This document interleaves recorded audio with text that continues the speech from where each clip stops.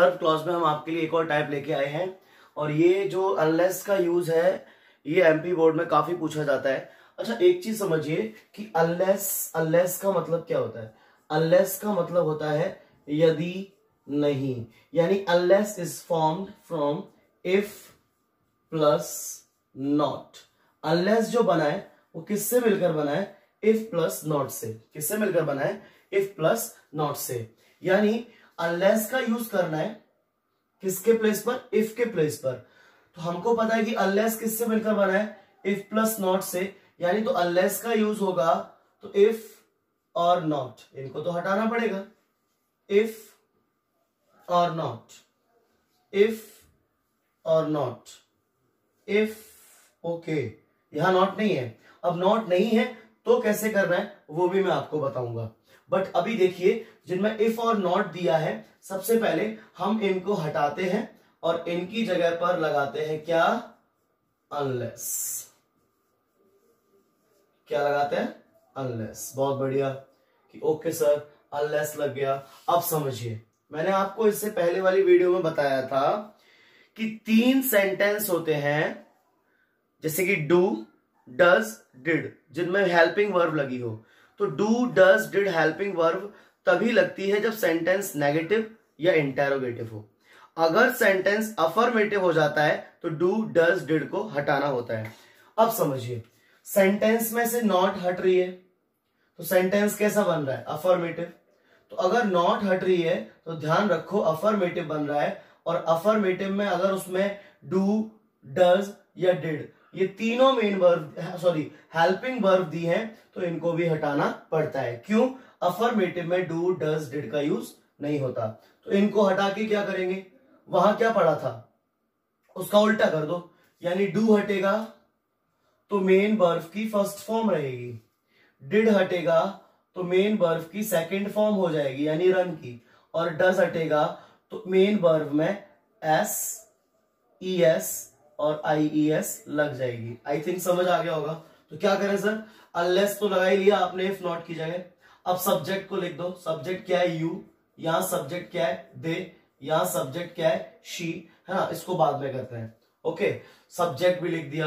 अब नॉट हट गया, और नॉट के साथ क्या दिया है, डू, डज, डिड, ये भी हट गया, है ना। इसका भी खात्मा हो गया। अब ये हट गया तो इंपैक्ट किस पे पड़ेगा, मेन वर्ब पे, क्योंकि सेंटेंस अफर्मेटिव बनेगा। तो डू हटाया तो V1 हो जाएगा। अब वर्क का V1 तो वर्क रहता है, सेकंड थर्ड वर्कड होता है। डिड हटाया तो मेन वर्ब का V2 होगा, और रन का सेकंड फॉर्म क्या होता है, रेन। डज हटाया तो मेन वर्ब में SES IES लगेगा, यानी स्टडी में लगेगा, वाई पीछे है तो IES लगेगा। तो स्टडी का क्या बन जाएगा, स्टडीज। क्या बन जाएगा, स्टडीज। अब जो अदर वर्ड बचा उसको लिख दो। यहां क्या बचा, हार्ड। यहां क्या बचा, फास्ट। यहां क्या बचा, प्रॉपरली। मेरी बात समझ में आई।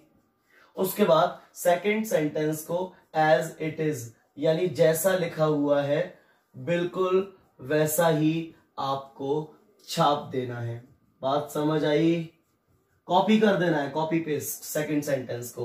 तो यहां भी क्या कर दोगे कि they will miss the train. अच्छा, एक चीज और याद रखना, इफ और नॉट वाले में क्या है कि नॉट का प्रॉब्लम बहुत बड़ा रहता है ना। तो अनलेस का एक लगाकर हिंदी अर्थ भी कर लेना। कैसे, अनलेस का मतलब होता क्या है, यदि नहीं। यदि पहले बोलोगे तो नहीं थोड़ी देर बाद। कैसे, यदि तुम कठिन परिश्रम, हार्ड वर्क नहीं करते, अब बोलो नहीं, तो यदि तुम हार्ड वर्क नहीं करते, you will hardly pass this exam, तो तुम मुश्किल से ही, हार्डली माने मुश्किल से ही इस एग्जाम को पास कर पाओगे। हमारा सेंटेंस एकदम करेक्ट। सेकंड सेंटेंस को भी चेक कर लो कि यदि वे तेज नहीं दौड़े, यदि वे तेज नहीं दौड़े तो they will miss the train, तो वे ट्रेन को मिस कर देंगे। बात समझ आई। वैसे तो यहां सेकंड फॉर्म लगी है, पास्ट इंडेफिनिट है, तो इस वाले सेंटेंस में भी पास्ट यानी वुड का यूज करना चाहिए। ये चीज ध्यान रखना आप ऐसे ना। इसको देखो, यदि वह प्रॉपरली नहीं पढ़ती तो आगे क्या कर देंगे, तो वो क्या हो जाएगी, सी विल फेल, तो वो फेल हो जाएगी। अच्छा, इसमें देखें ये तीनों आपको समझ में आए। इफ और नॉट को हटाकर अनलेस लगाया, फिर सब्जेक्ट लिखा यू, दे, शी। अब जिस सेंटेंस में से नॉट के साथ डू, डज, डिड हटा है, तो आपको पता है कि नॉट हट रहा है और उनके साथ डू, डज, डिड है, तो इनको तो हटाना पड़ता है क्योंकि ये नेगेटिव और इंटेरोगेटिव के साथ ही चलते हैं, डू, डज, डिड। अफर्मेटिव बनते ही ये तीनों हट जाते हैं, और नॉट हट रहा है तो अफर्मेटिव बन रहा है, तो डू, डज, डिड हट गया। लेकिन इसका इंपैक्ट पड़ेगा मेन वर्ब पर। डू हटता है तो V1, डिड हटता है तो V2, और डज हटता है तो ES और IES मेन वर्ब की फॉर्म लिखनी पड़ती है। अदर वर्ड लिखा, सेकंड सेंटेंस को जैसे का तैसा छाप दिया। इसमें देखो यहाँ इफ के साथ नॉट ही नहीं है, कोई दिक्कत नहीं है, आप नॉट समझ के उसको अनलेस लिखिए।